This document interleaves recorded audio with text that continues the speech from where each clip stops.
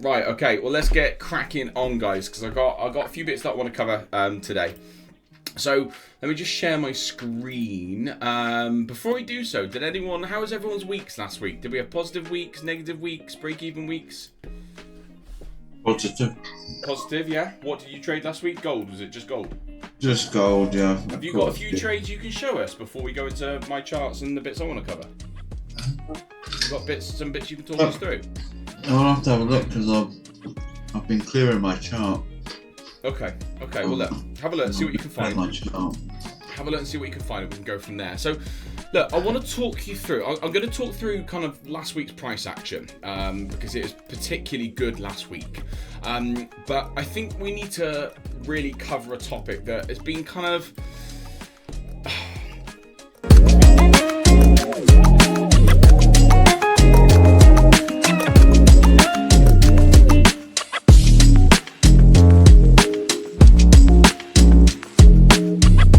It's been something I've been struggling with for a little while because, you know, with the course and the mentorship, I wanted to make sure that it wasn't just the same as everything else. So I used to personally, before I developed the Strong Money Forex strategy, I used to personally trade supply and demand, okay?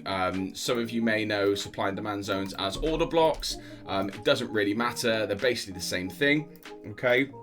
We're looking for an up move before a down move that holds price. And I didn't want the mentorship to be another supply and demand kind of course. I focused primarily on supply and demand. I found it, if I'm honest, highly unprofitable. In most parts, what was happening more often than not was you'd have a supply zone like this, and I found that the external liquidity was swept more often than not. And so for me, that meant that my supply and demand theory was technically invalid, because technically, if the supply zone is invalidated, that means that, you know, according to standard SME trading, that means that is no longer a valid zone. What ideally you want within supply and demand zones is you want them tagging the 50% or just tagging into them above maybe like a liquidity level that's sat maybe up here, and, you know, giving you your lower time frame, you know, set up like that, and then you take it short like that. Okay, that's kind of the standard, as I'm sure you guys have probably seen a million times before, the standard kind of SMC setup. And I found that supply and demand or order blocks, they failed more often than not. The other thing that kind of changed my mind a little bit on them as well is, if any of you follow ICT has stopped trading order blocks. So a lot of the earlier ICT mentorship was very much so, you know, you waited for price to get to the order block. Once price gets to the order block, you then take a sell from it. So again, supply or demand zone, order block, they're interchangeable, they're the same thing. You then take a sell from the order block, and, you know, you crack on. ICT himself now has dropped that theory, and whilst he does still trade order blocks, you'll notice if you watch any of the recent mentorships, like the 2022 mentorship only, what he tells people to do is wait for price to reach into the imbalance, or the fair value gap as he will call it. You still take your sell like you would do normally with your stop above the high, unless you get a setup in here, but ultimately you're effectively just waiting till the imbalance or the fair value gap is tagged, and then you enter your trade like that. Now, if you have made it this far, I want to firstly say thank you for watching, and secondly invite you to my completely free trading masterclass, where I teach my entire strategy from start to finish. You've all heard the numbers. 95% of Forex traders fail. And with most of them, it's because they're not getting the proper education. They're spending far too long on YouTube channels, and they're not getting the education they need through people who actually know what they're doing. If you are interested in becoming one of the 5%, then you need to invest in the proper education. If you want to learn my complete strategy from start to finish, spaces are extremely limited. So if you are interested, click that link below and secure your spot before they're all gone. Now, the reason why ICT changed is because the chance of that happening is higher than the chance of that happening. Okay. Equally, the reason why we love external liquidity sweeps is because the chance of that happening is even rarer. So naturally, price is more likely to get into the fair value gap than it is to get into the order block, than it is to get an external liquidity sweep. Which is why when we have these external liquidity sweeps, you basically want to bet your mortgage on it, okay? Because if the setup is there, they are the best possible setups. It's the ultimate clearance of liquidity. You know, it's taken out all the liquidity in the imbalance, it's taken out all the liquidity in the supply zone or the order block, and it's taken the liquidity sat as the stops, you know, sat above there as well. So it's the ultimate setup. And as I've said to many of you loads of times, if you are looking for a way to find your profitability in this market, whilst the setups won't happen as often, waiting primarily for external liquidity sweeps before you enter is definitely the most profitable way and probably the best way for you to start out trading these kind of liquidity-based concepts, okay? That being said, what I'm noticing more and more of is when price is trending or we have impulsive momentum, okay, like this, I'm finding more and more that price is finding order blocks and rejecting them. And where this is particularly good is, let's say this was your Asian range for the day, okay? Let's mark that on so you can see it. And we get our classic kind of Asian range sweep. Yeah. Okay, your classic Asian range sweep. What I'm finding is that the pullbacks, what we would class as, you know, a simple RTO or a advanced RTO, okay? The pullbacks are normally tagging into some form of order block and then rejecting. And it's got to the point now where I'm seeing it so often, I think we're doing ourselves effectively a bit of a disservice to not have it as something we factor in. The other thing is that I've noticed from time to time as well, is that price will do things like this. So let me just use my brain. So okay.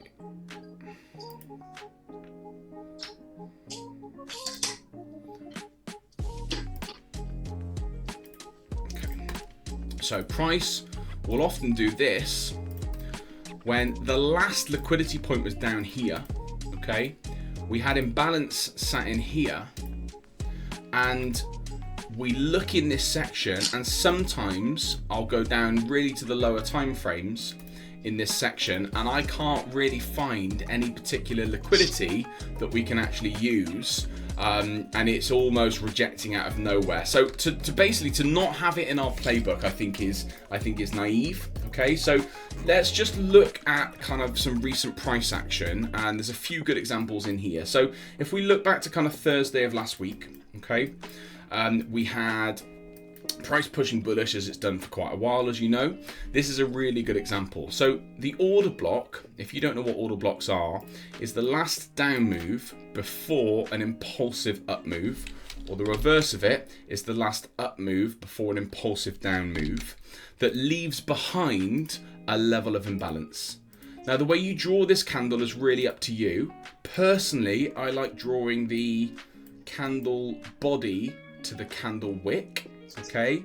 However, some people use the entire candle, some people use the entire down move. It's really up to you, okay? I've always used the candle body, so if it's a bullish order block, I use the candle body to the top candle body to the bottom candle wick, and then I mark on my imbalance. Now, what you can see in this section of price is price has come down, and you'll notice there's no significant liquidity in there. You've got a little bit of lower time frame imbalance, a very, very low time frame level there. But what is happening is, well, really how order blocks were designed. It is a block of orders that is strong enough, there is enough buy orders sat within that level, and obviously the institutions have brought price back down to mitigate their orders, close off their buy positions, lump in some sell positions, and it obviously causes a really good reaction from that. And I think, like I said, if we're not including these in our playbook, we are, I think, running out of excuses as to why sometimes price will reverse. So we've looked at things like EPA in the mentorship, and that's given us a lot of explanations why sometimes price will reverse almost out of nowhere. I think if we're not at least considering the fact that an order block can cause a reaction, because look, some traders make supply and demand work, right? They make it work for themselves. If we're not at least factoring in that this could be an area where price reverses from, it could mean that you miss out on trades like this. It could mean that you're waiting effectively for price to come down and take this significant liquidity point, and ultimately as a result you're then missing out on the trade because you haven't come down in. You've got no explanation as to why price has reversed. So where I've noticed it's really, really helpful is where price is continuing. Now, obviously you're not going to just use it on its own, okay? You're not just going to suddenly start buying from order blocks, but it should be factored into your trading. And I'm going to do a course video for you on it this week. It should be factored into your trading in terms of your kind of priority of liquidity levels. So you've got your first liquidity level that you're looking for, which is equilibrium there, okay? You then have various others on the way down. So you have imbalances, you have low time frame liquidity plus imbalance. We've now got order blocks we can factor in. Then you come down and you've got things like range liquidity, and there is an order to these liquidity points that makes them both more rare to occur and also more valuable when they do. So there's 8 of them in total, going down from kind of EPA, imbalance plus liquidity, order blocks, range, external. I've got a whole list of them that go down in priority order that we can be effectively saying, right, when price comes back down from here to this level here, so we are literally in the discount of this range now. So once we reach the discount of this range, we are going to be acknowledging where the next kind of liquidity levels are, one of them now being an order block, okay? And when we get that reaction from the level, whatever that level may be, we then need to acknowledge whether or not it's one of our key liquidity areas. If it is, we can then start seriously considering orders. I know that some of us got a bit confused about the price action on Friday, okay? So that was last Friday, but it was actually really simple. Price took out external liquidity to the left. It started pulling back quite well. News rocketed it down into this order block. The order block did exactly its job. It blocked price from visiting any deeper. We had an extreme reaction off it, which cleared 50% of this massive impulsive imbalance candle. And then the next day, we continued to make bullish structure.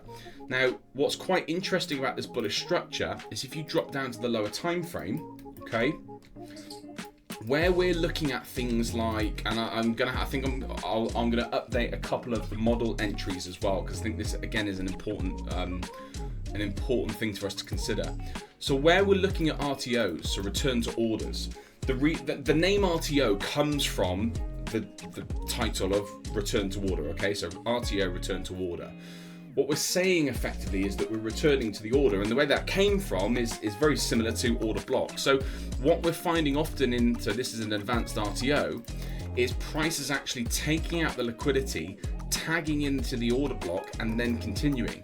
So you can take quite a comfortable and confident trade knowing that you have multiple factors, because if it was just the liquidity on its own, okay, if it was just that liquidity on its own and there was no other reason that we're taking along, the chance of price coming back down to then take out the external liquidity is obviously higher, okay? So this is a good example. You've got a bullish range here, okay? We have internal liquidity, but it's not sat in that really nice discounted range, okay? The liquidity has come down.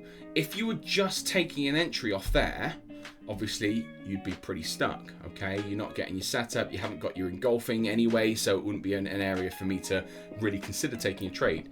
And in this example, it's taken out the liquidity, okay? It's taken out the order block and it's taken out the external liquidity. So that of course is something that could always happen to your trades and to your setups. But I think what we need to consider is the fact is that when there are more reasons to take trades, like in this example, okay, we've got the order block, plus we have an imbalance sat just in here. It's not very big, but it is there, okay? We've got an imbalance sat in there as well. Let me just really zoom in on it so you can see it nicely, okay? So we've got an imbalance, it's really tight as you can see. So we've got imbalance sat in there as well.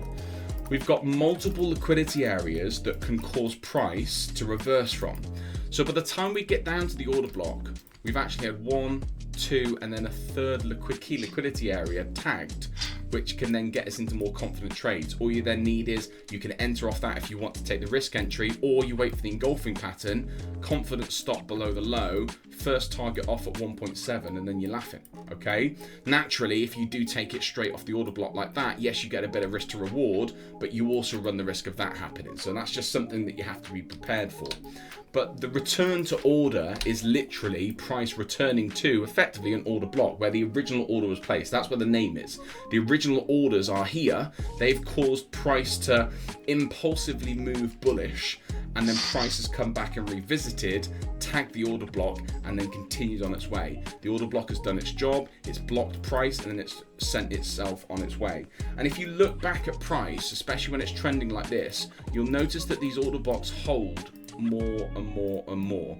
And I've got a little bit to the point where I'm seeing this occur so much that personally I don't want to ignore it anymore. Now, it's not a change in strategy, okay? It's not a change in the way that we trade. It just becomes a key liquidity area. It just becomes a key area that we start looking for to give us justification for where price may reverse. Naturally as well, when we're looking at it from the other side of the marketplace, and when we're looking at our higher time frame setups, where I've previously found them to be quite effective is they're often good areas to find where price might then reject from, okay? So obviously you've got key liquidity taken out in these areas as well, but quite often what you can have is you can have order blocks sat in here also. So I want us to start looking at them as key liquidity areas so that we can make sure we're not missing out on potentially any opportunities or potentially any trades. Like, you might have got stung on this because you would look at that and think, well, price hasn't taken any liquidity, so the market is still bearish, when actually it has. It's taken liquidity within inside the order block. That move was a very clear, pre-planned, manipulated move. That is the algorithm in full effect, right? You know, you can't argue with those kind of moves. That move was completely calculated to bring price down to that very specific psychological area at 1.095. You know, this isn't chance, this isn't coincidence, guys. If you need any more evidence that there's an algorithm at play here, just look at situations like that where they come down, then there's a mass volume of orders that are put into the marketplace. Remember, the algorithms are looking at really, really high time frame. They're looking at kind of monthly and weekly charts. You've then got your bigger hedge funds and institutions that are looking the more, you know, daily, hourly time frames. They know where the algorithms are going to deliver price to, so they add an influx of orders into the market, and the market then moves off in its general direction. Now, if you hadn't factored in that order block, you might have considered this to still be a short market, and you could have been taking sells here and potentially been caught out. But understanding that price has come down into discount, it's hit that order block, it's then rejected and started creating more bullish price action, that could have got you potentially into some really nice trades that, you know, if you had held, I think there's a couple of really nice entries. I think I got, this was the Friday, so I was traveling home, so I know I caught a bit of this. I don't think I caught loads of it. I think I took it up to like a daily high potentially, so I know I got in around lunchtime-ish. Just before lunchtime, so I don't think I caught that low. I think I got in here, and I know I came out with about 2R, so I think I must have, no, I came out about 1.1, because I remember I was about to get on the plane, and I thought 1.1 might reject, which it did, but you can see price kind of continued on. So that's where I came out, that's how I got my position. I was pretty happy with that, because I was traveling at the time. But, you know, you could have, let's say you wanted to hold it for the external liquidity, potentially you're missing out on some pretty big moves there because you're not factoring these things in. So, look, I'm going to do a full kind of course video on it for you guys anyway. It's no real change. It's just another consideration. As I've always promised you guys, I will continue to kind of evolve and develop where I feel necessary. But yeah, so hopefully that should be quite helpful to you guys, especially those of you that have kind of traded order blocks before. You can start to see them more and more in the marketplace and start to be reassured that, you know, they, like any strategy, they're not ineffective. It's just the user usually that makes them ineffective. Terrible word. Ineffective. It's normally the user that makes them ineffective, isn't it? So if it's another, you know, methodology or liquidity point we can include in our playbook, then hopefully for us that means that we can be all the more profitable. And you know, just been doing some back testing recently where I mark out, you know, whilst I have got liquidity areas in here, okay, as well, what I'm noticing is that when market in particular, the flow of the market is in one direction, the order blocks will regularly hold price and reject and continue price on. So it gives you these opportunities where you can maybe jump into the marketplace. You know, if let's say you were holding out for external liquidity, you get a setup here, you get a setup here. Okay, obviously you use your low time frame confirmations and things like that, you know, but that's potentially, you know, 10R that you've missed out on because it hasn't taken, you know, a range liquidity or an external liquidity. So I think that I've got, like I said, I've got a couple of videos coming in terms of the order priorities of liquidity levels that should be really, really helpful. That should give you a really clear guide. And what I want you guys to do with that is almost print off the levels effectively. So you've got, you know, the bearish, so the buy side liquidity levels and the sell side liquidity levels in order. So you can then be looking out for them, seeing where prices reached, seeing where price might reject from, etc. And then hopefully use them to your advantage as well. So we're not missing out on any trades, okay? So yeah, any questions on that, guys? Did anyone trade kind of supply and demand concepts or order blocks previously? Yeah. Yeah? Do you still use them? Yeah. I've seen. It's like I've seen this strategy through somebody else, but they call it like just a liquidity supply and demand strategies. Yeah. So with theirs, it's this person uses the 30-minute chart. They need a rejection at a supply or demand zone, like a wick rejection, so no close within the zone. Yeah. And then they need a sweep of liquidity. So they combine that, and it seems to be profitable, but it doesn't come up as often, so you need quite a few pairs. Well, this is it, and this is, you know, so I'll show you guys just whilst I've got a bit of time, and then I'm going to go through some analysis from last week. So let me just show you something. 2 seconds, guys. The reason why I need to chat is to get the orders right. Okay, so the order is this. So I'll draw out the buy side order for you, I think, first, because it'll be most helpful. Okay, so this is buy side liquidity order. Okay, so number one, and this is the most extreme liquidity, okay, which will have the biggest impact on price, but is least likely to be tagged. Okay, you'll understand what I mean as I go on. So you've got weekly highs. Okay, number two, probably can guess, daily highs. Okay, number three is your external liquidity. Okay, number four will be your order blocks. Number five is your range liquidity. Number six is lower time frame EPA plus imbalance. Okay, so imbalance. I'll show you an example of each of them. Okay, number seven is liquidity plus imbalance, and number 8 is your equilibrium. Okay, so equilibrium. Yeah. Okay. So the way you've got to imagine this effectively is each one is a higher priority than the next. So if you imagine each one of these, okay, becomes less effective but more likely to be tagged, Okay, if that makes sense. Okay, so you might hit liquidity plus imbalance more often, but it's less likely to hold price, okay, and vice versa the way around, okay.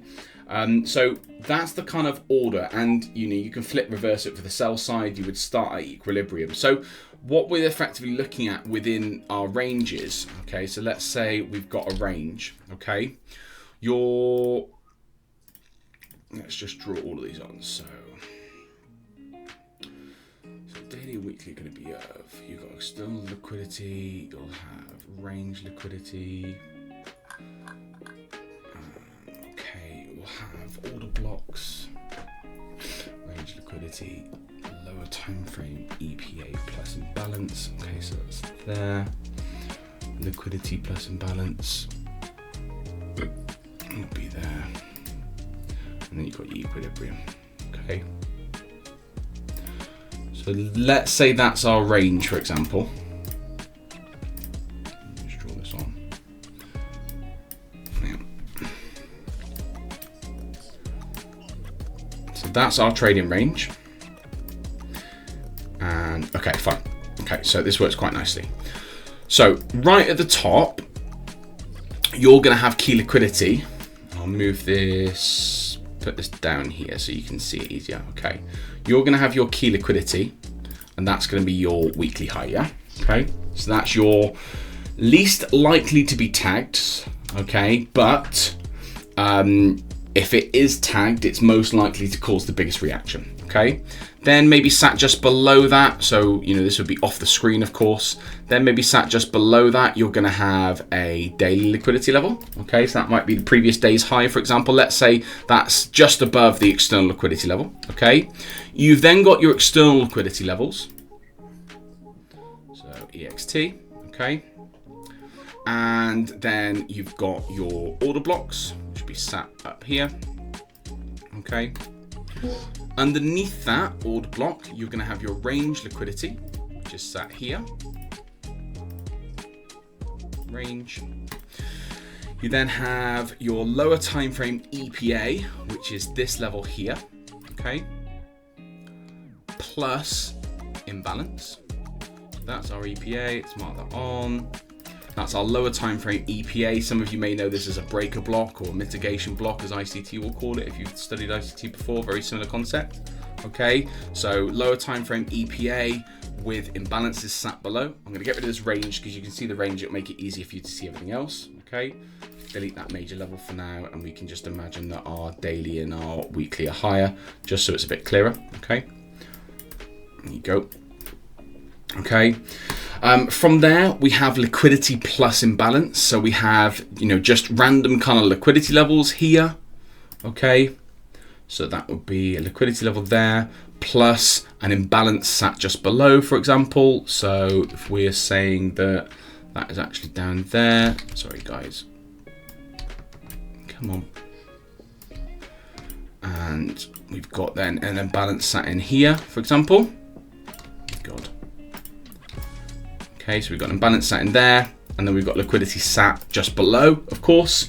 And then, of course, you have your classic kind of equilibrium, which is just that level there, okay? So the theory of this is, so these are all of our liquidity levels, okay? You can all see them nice and clearly now. Those are all our liquidity levels. What we're basically saying is that when price reaches equilibrium, we can have a reaction, but the chance of that reaction being the reaction is obviously lesser than if it came up to take the liquidity and the imbalance, as an example. Now within this as well, without getting too confusing, of course, these would also be order blocks, supply zones as well, okay? So, that's again something to factor into all of these setups, okay?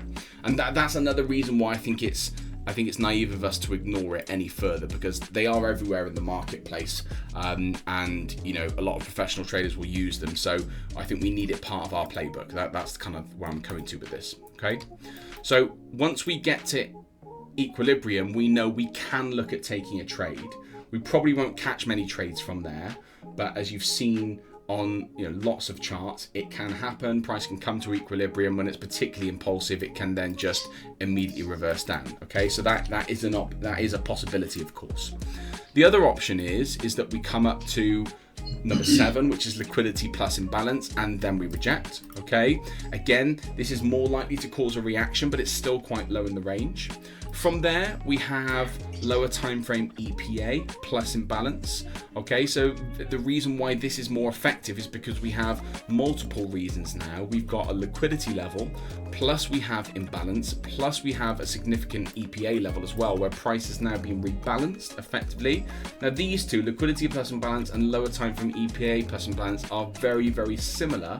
The difference is on number 6 is that we have a key level that has been left effectively, it's been left, what's the word looking for, inefficient, that will carry more weight for price reversing. So typically I'd expect to see liquidity plus imbalance maybe slightly lower down in the range, lower time frame EPA plus imbalance, very, very similar concepts. The difference with this one is that it only needs to take the liquidity out and tag the imbalance. It doesn't actually need to create EPA. That's enough of a reaction. That's the reason why that's at number 7 and not at number 6, because by the time price comes up to here, although this is a very, very similar setup, because once again we do have liquidity, we do have imbalance, but we also now have EPA. Effectively, this gives more reason and more liquidity for price to reverse from. So that's why that's higher in the order than that one. Does that make sense? So we've got 3 liquidity points, right? Yeah, we've got a liquidity level, we've got an imbalance, and we've got an EPA. So it's 3 reasons for price to reverse. Okay. Now from there we get to our really kind of major liquidity levels that we're looking for, decent reactions from. So our range liquidity, as we all know, that's our last high before our main high. So that's a really key area. We see price coming in and tagging that all the time. One of the things we can maybe start factoring into this as well is if it tags into an imbalance. So tags into an order block, range liquidity plus an order block is going to make that a better reaction point than if we just taken the range liquidity and hadn't come into the order block, right? We've got more calls for price to potentially do that. We might look at that and think, well, we've broken through range liquidity and therefore we're going to take external, be waiting for an external sweep when actually it's just reached the order block and then rejected. Yeah, so the order blocks are only going to help us get into more trades and more successful trades. So from there, we of course then have the order block, okay, which is right at the extreme of the range, where what has effectively created, it's been the impulsive move that's created the range or created the start of the move. And from there we have external liquidity, which is my favorite, and then we've got obviously daily liquidity and weekly liquidity. Now, although daily and weekly liquidity are a lot more reactive to price, we do also have to factor in that price is more likely to stay in this area for longer, whereas these levels, so weekly and daily, are time sensitive, of course. 3, 4, 5, 6, 7, and 8, they're not time sensitive. So 3, 4, 5, 6, 7, and 8, you can find those on any time frame, right? Okay, you can find them on the 5-minute chart. You can find them on the 15-minute chart. It really doesn't matter. Those two are time sensitive. So when we're trading our ranges, the main areas we're looking for really are these ones. So 3 to 8. And what I would suggest, and I'm going to put this video together probably tomorrow, what I suggest that you do is you get this printed out. You don't have to have the annoying emojis like I've got, okay, but you can get this printed out, and you can get it somewhere on your, in your trading room or on the wall in your trading room, wherever you may be, and that will give you the order of priority that you can look out for. So you can start acknowledging when price gets to these levels, and then the sort of reaction. So you then use, timing. So what are we in the London Open session maybe? Have we reached range liquidity in the New York Open, and then we've left a trap behind? So that gives us a really good cause for us to go bearish. So we're then going to factor in our timings. But I think, sometimes what we're missing from our trading is kind of framework and definition. Sometimes we're just looking at these things and thinking, well, what do I need? What do I need to look for? What am I waiting for, etc. And we get a bit lost sometimes into where we should be. So hopefully that should help you guys get into trades better, and go from there. All right. Any questions on that? Does that all make sense? All make sense? Yeah. Yeah, it was good. Cool. Good. Do you think that'd be helpful? Yeah. Good. Yeah, that's essentially how I trade now. It's just obviously you don't know which number it's going to react at. Yeah, So exactly. you could essentially take a trade at every level, right? Yeah. So it's having that, I would say, like a low time frame confirmation at those 100%. locations. Yeah, and that's it. You're waiting for one of these levels to be tagged, and then you're going to effectively get into the trade and go from there. And I'm just about to be taking out my EU position. That's annoying. That is annoying. Where am I? Oh, I might be out already. Too high. Yeah, Just potentially. High overall in price, and it's a weird location, right? Yeah. So that push high first and then come lower. If you imagine this is the other way around, so this is for me, I saw price make this extreme move. The reason why I took that position is I reached my equilibrium level. I had a really good reaction, breaking multiple structures on the 5-minute chart. I then had, a retest of this area, and so it was a nice simple reason to get back into the trade, but unfortunately I've come off the other sid of it. You are right, there's obviously cause, and I think this is, you're going to get this from time to time. As long as you're following your setups and you're trading in the right way, I think you've got nothing to be worried about. You're going to take some losses because then price ultimately wants to come down tomorrow, for example, and come down and tag maybe this level down here as an example. So whatever liquidity we've taken out in there, you're going to have times where it does cause reaction like this. For me, I'm looking at that. I've reached back into equilibrium. I've got an order block in there. I've taken out liquidity and I've had a really good reaction. So that for me was enough to say, do you know what, I can take a buy from there. But look, I'll come off the wrong side of it. That's how it goes sometimes, and go from there. The sell this morning, unfortunately, I didn't take the sell, really frustratingly, because it was beautiful. You could have got in a really high position up here. You'd have been fine doing that, and just taking it from when London liquidity came in, which was there, stop above the high, you got yourself an easy 2R out. I was looking at that, but I decided not to take it.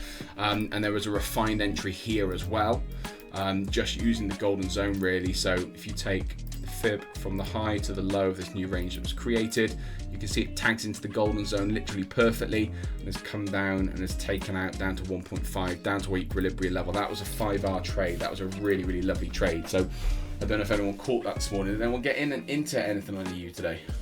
I got stopped out on that. Did you? On that one. What stopped you out? Talking about? You see, so I took it on your engulfing there. See where you and then you see the little spike to the right hand side. Yeah. I was travelling home, so I went to break even as soon as. Oh, did you? Wounder, absolute wounder. When I stopped the car and I got home, I thought, oh my god, couldn't have been any worse. But look, at least it's not a full loss, right? Yeah, sure. That's the way to look at it, yeah? It's not a full loss. It's not the end of the world. That's going to happen from time to time. I might still just be in this trade. I think I am. I've just been taken out on break even on gold as well. On gold? Literally just. Is it reversed? Is it? Not so much reversed, but it's come back down from the push down from New York. I need to tidy up my gold chart. Right, before I go, because I've only got a few minutes, before I go, I want to talk through. So look, those points, so order block and order of liquidity levels, I'm going to do a full course video for you guys. Good kind of 30-40 minute session. Go over very similar stuff that we talked about today, but give you a kind of a go-to if you do ever want to recap on that. Obviously, as always, if you have any questions, any queries on any of this stuff, just drop me a message in the group. I'm always happy to help, as you know. Right, let's talk through Friday. I think Friday is a really, really good day to have a chat about, because it was actually a pretty beautiful day in terms of price action. So I'll tell you where I went wrong. So Thursday and Friday, apologies. So if we look at the price action of Thursday, so I was actually trading Thursday morning. I didn't take anything until Thursday afternoon, and I made that classic mistake. I was rushing around trying to get some stuff for the festival sorted. I was doing my food shopping, and basically we had news hit, as you probably remember, at 1:30 with this really nice bullish move up like this. I actually caught this position like that, but I panicked because I knew I was trading without confirmation, and long story short, I closed my trade. So I closed my trade with like a 0.1% win, something like that. So when I then saw price kind of correctively come back down like this, I took an entry here, and then I lost. Very frustrating. And I'll tell you why I lost, okay? It's pretty clear when you look back at it. there was no change in the momentum of this market. So this market is very clearly making lower lows, lower highs, lower lows, lower highs, and in fact, the safe entry was from the order block here. Okay, that would have been the safe entry. You're in line with momentum. Okay, you're in line with the direction of the marketplace. The only thing against you is, no, actually you're trading in premium as well, so you're just above that line still, so you're trading in the premium anyway. So that itself would have been a lovely trade. Okay, and you know the risk here is that price can reverse on you at any point because you're counter trend, but if it gives you enough to get maybe 2R out before that next low, you're absolutely laughing, right? And if you had held to the external liquidity, you'd have taken yourself out 6R. Okay, really, really beautiful trade. Now Sam, I know you caught some of this buy, didn't you? There was a beautiful buy on so you'd have had to trade kind of out of hours effectively, but we took the external liquidity, which as we know is our gold setup. We created MSU engulfing. Yes, you would have had to hold this overnight, but look at that position. A beautiful 6R trade with relatively little work to be done. That it doesn't get much better looking than that. Yes, it could have been in a key time zone. We would have liked that ultimately, but you know, it is what it is. Now, I was trading the opposite of this, possibly to my fault. Again, trading from your phone is never good, but I woke up, I saw this big bearish move, lots of imbalance. I actually took this trade. So I think I took one position on the sweep, and then I think I took another position on the retest up here. Okay. And I literally, so I was at the festival, right, and I had virtually no signal at kind of anywhere that I went. I think price got to like 1, I think news was at 3. I got to like 255, and I had, at this point here, I'd set my trades to break even, and I thought the news is either gonna help me take out this low, so my target was down there, help me take out this low, or it's going to reverse and take me out for break even. I saw this kind of consolidation here between kind of 2:30 and 3 o'clock, and I thought, do you know what, I'm going to try and take some profit out of that. And long story short, we were watching a hot dog eating contest and I forgot about it. Really frustrated.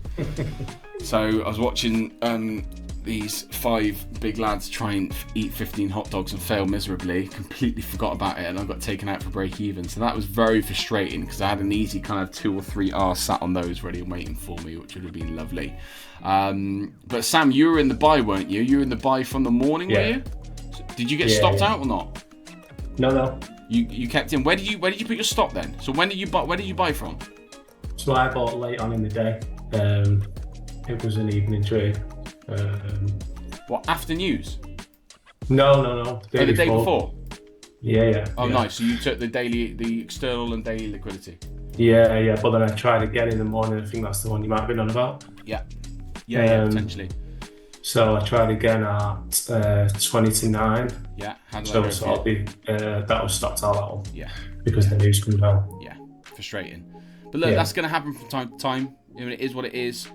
Can't get upset about it. You know, at the end of the day, you got one position. That one position that you held, did you hold it through the news? Yeah. Beautiful. Took it to sort of the London high, I suppose. Yeah. But it was mainly because of the order block on to here. New York. Yeah. Fine. Because of the order block in New York the day before, that's where my sort of TP was. But the news just helped it. This one here? No, so just below your order block box. Yeah. Yeah, just there, somewhere just below that there. Yeah. That was your target, was it? Yeah. So where that sort of push down happens in London there, yeah, that was it there. So that was my target. Yeah, nice. Yeah, good area, well targeted. I think, you know, one thing that is just to take away from that is that when you are trading in line with momentum, you don't be afraid to hold it longer. In the day, if you'd been, you know, and as I found out, I fell foul too a couple of times last week. You know, when you're trading and you're holding these positions, and I think I was in a long here potentially, and I took 80% of my profit out there. I'm happy with that. I've got my profit target, but then, you know, price has continued onwards. This is a different example because you've come out effectively much earlier than you needed to before you even got to the external liquidity. So don't be afraid when you're trading in line with momentum. Don't be afraid to hold for these external liquidity levels. You don't have to go all the way up. You could just go to maybe, premium pricing of the range, for example. You could just wait until prices got into premium and take your profit target off there. If you're coming off here, you're coming off still in discount technically. So this has got loads and loads of room to move. If momentum is continuing this direction, and we know that we've got the fundamentals on our side, remember, all the news that's coming out of the US at the moment is all really negative for the dollar. The recession is looming, rate cuts are looming. There's so many factors now which are basically injecting fear into the marketplace and weakening the dollar. That ultimately we can hold these trades for longer, certainly in the bullish direction in the short term anyway. Not going to say that's going to carry on forever. It's definitely worth factoring in, the fact that you've come out here effectively equilibrium. Maybe one of these liquidity points, and if one of them goes, maybe another one goes, and maybe another one goes, and maybe another one goes. So if you're trading in line with momentum, don't be afraid to hold those trades for longer. So certainly what I would be doing, as you can see on all my setups down here, is I'm at least holding to my next external liquidity. Okay, so if you had done that and held to your external liquidity, you'd have got yourself out a really nice position there. That was a beautiful range, external liquidity sweep, MSU setup. I mean, that is picture perfect, other than the fact it was the wrong time of day. And the same applies for this really. We're looking for the same sort of setup. If this holds and I stay in this trade, because my stop is like here at the moment, and I'm still in it somehow. So how that happened, I don't know. Spread looked after me for once. But if this holds and I get the rest of my bullish setup, that is a trade that's going to take me, I've no doubt it's going to take me to external liquidity. That's why my target is up there. I'm happy with that all day long. So when you're trading in line with momentum, hold to the external liquidity, because that's the next most likely liquidity area. If you're trading counter trend, like if you took this one, you can trade down to equilibrium would always be my first target. I'm taking 80% off whatever I'm trading at equilibrium, because that is an area that I know is likely to cause a reaction. That's my first liquidity point that I'm expecting a change in direction, right? So with these trades, you might only get yourself out a 2R or and if you're looking at something like this and your safe stop is the extreme, you then need to really seriously consider whether it's worth risking a setup for only 1.4, because that might be the maximum you would get out of the trade. So when you're counter trend or you're trading against the higher time frame momentum, you want to be taking shorter targets and coming out quicker. When you're trading in line with momentum, that's when we can hold for longer. Make sense? Yeah. Cool. All right, team. Well, that's all for today. Thanks for joining. Hopefully that's been helpful. Hope they always are helpful, but hopefully that one in particular. Any questions for me before I go? There we go. Good stuff, bro. Thank you. Hey, you're welcome, always. As always, this has been recorded, so if you want to go back and recap this, I've got last week's to upload as well, so there'll be last week's and this week's going live, hopefully in the next 24 hours, so you can go back and review them if you need to. All right? Yep. Cool. Cheers, guys. Right, hopefully we've got obviously an influx of liquidity tomorrow because we've had the bank holiday today. So hopefully we get some nice moves tomorrow. So I'll see you in the charts tomorrow. We'll keep an eye out, looking ultimately for shorts on the dollar, longs on EU. Gold I'm not sure about at the moment, but I'm going to clear up my charts over the next kind of 12 hours. So tomorrow morning I'll have some daily analysis for you and we'll go from there. And hopefully we can get some more bearish movement on these charts and get into some nice plays. In the morning check, will you mark on those liquidity points? And then we can reference with yours to make sure we're on the right lines. Yeah, I can do. Yeah, so for I'll acknowledge the ones range you choose. in the range. You mean in the range that we're in? What liquidity points do we have? Yeah, just part of the daily analysis thing. Yeah, of course. I probably won't have them on my chart, but I can do it as an exercise for you, so you can see. Yeah, sweet. Because if you mark them all on, it can get a bit confusing. But it's worth acknowledging. You don't have to keep them on your chart or whatever. Yeah, that's it. But yeah, I'll do that for you in the morning. No problem at all. Great, thank you. All right, Chris. Nice one. Cheers, guys. Thanks for joining as always. See you all soon. Cheers. Cheers. Bye. Bye.